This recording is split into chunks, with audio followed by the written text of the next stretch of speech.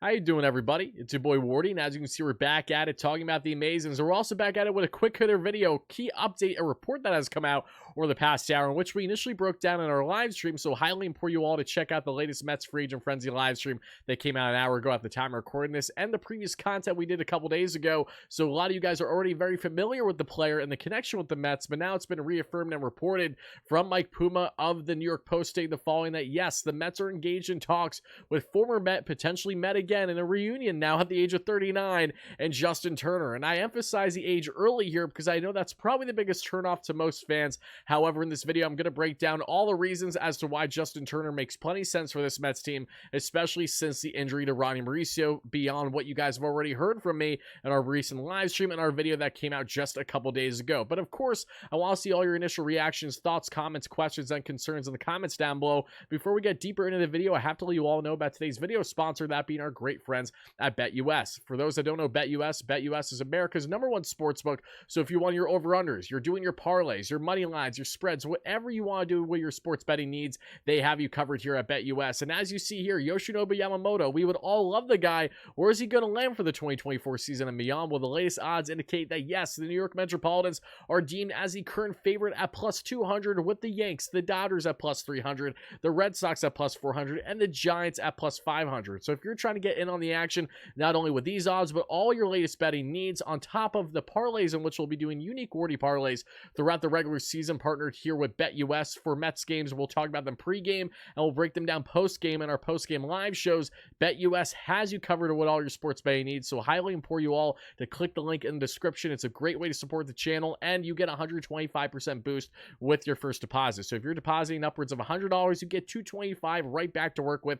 Is that easy? And again, shout out BetUS as always for being a great sponsor on the channel. But of course, I want to know your initial reactions, as I mentioned already, because for me, I'm excited about this just because the thought of having a competent DH that could hopefully give you at least 20 bombs for next season is certainly appealing. And I emphasize DH here because Justin Turner played DH more than any other position for the Boston Red Sox last year. So for the fans thinking, oh no, this is going to completely block Beatty, this is going to completely block Vientos and their potential to develop at the third base position, that's the farthest thing from the truth. As a matter of fact, the reason why the Mets have such heavy interest now in a guy like Turner versus JD Martinez and Jorge Soler is, what can they not provide? It's any competent defense whatsoever. Jorge Soler leaves a lot to be desired as a corner outfielder, and JD Martinez, I don't remember the last guy that guy was defending, even if it was at first base. Justin Turner played plenty of games at second base, played only 7 games at third base. I will add that for the Red Sox last year.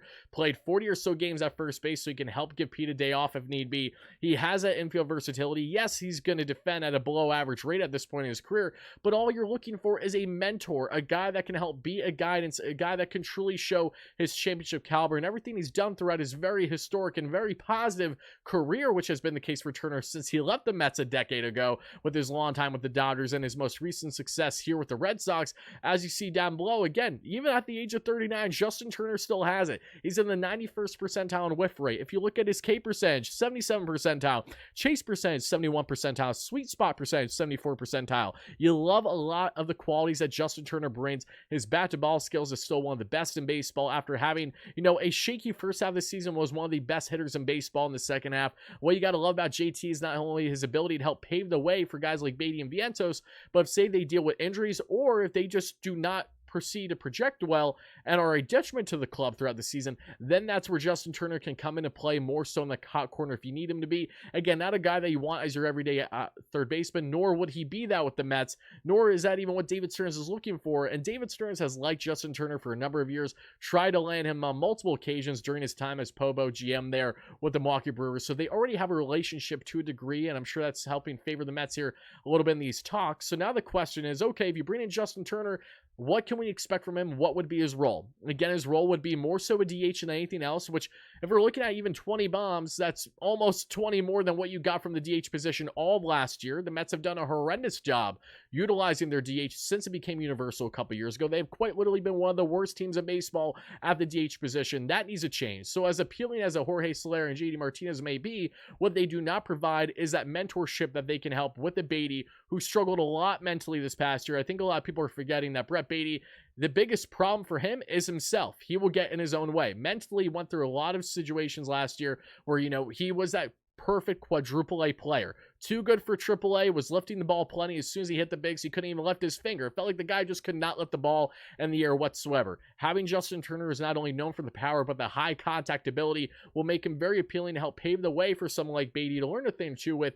And Mark Vientos, same thing applies, not only with the defense, but with the bat-first mentality. Vientos is always going to profile best probably as a DH, so to learn and enhance with someone like Justin Turner, who's been there, done that, has championship pedigree, has truly done it all at the MLB level, there's a lot of reasons as to why he checks off every box the Mets are currently looking for, and a guy that can be utilized in various ways in the infield, but most importantly, more often than not, your everyday DH, and he handles lefty pitching without a problem. So hopefully that's something that can help the Mets in this lineup. And again, I know he might not be the prettiest name, he might not be the flashiest name, and yes, he's 39 years of age, so I'm expecting him to have lesser numbers than what he did with the Red Sox last year. But even on, say, a 1-year $10 to $15 million deal, if you get, say, let's just talk hypotheticals right now, as I said in my live stream, a 256 average, 20 home runs, north of 80 RBIs, and a just under 800 OPS, how many people will be complaining from getting that in your primary DH spot versus getting none of that the past couple years? The Mets have only gotten a flash in the pan from Daniel Vogelbach for a month and a half in 2022. Since then, they have had no consistency, nothing even at a competent level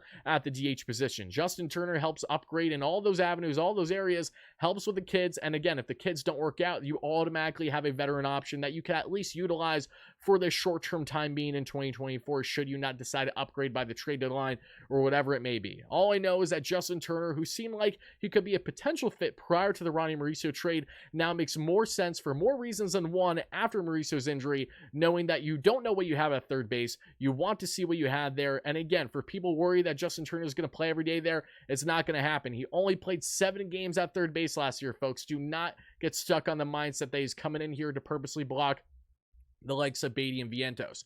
No, this is to hopefully have a nice balance of veteran leadership while helping be a guide for these kids in the hot corner and helping provide offense, which Turner certainly can still at the MLB level here at the primary DH position or wherever they decide to utilize him. So Mets fans, whoever you're a fan of, definitely want to know what you're thinking. And final thing I'll leave you with, shout out to Baseball Savant, always with the great numbers. If you're wondering what pitches he has worked best with in the 2023 season, off-speed pitches, Justin Turner batted just under 330, a very solid slug in the 450 to 500 range. Even in fastball breaking pitches, he still put up very respectable numbers, which is what you love to see, but the off-speed pitches are Justin Turner's bread and butter. So just to give you guys an idea of what he's looking for, what he's had more success with in recent years, look at those off-speed pitches to be torn apart by Justin Turner should he land in Queens for the 2024 season at absolute minimum. So again, guys, thank you so much for watching. Stay tuned for more consistent coverage of all things Mets all off-season long. Should the Mets sign the guy, we'll be going live on my phone or on my computer right away to break it all down. So stay tuned for that. And again,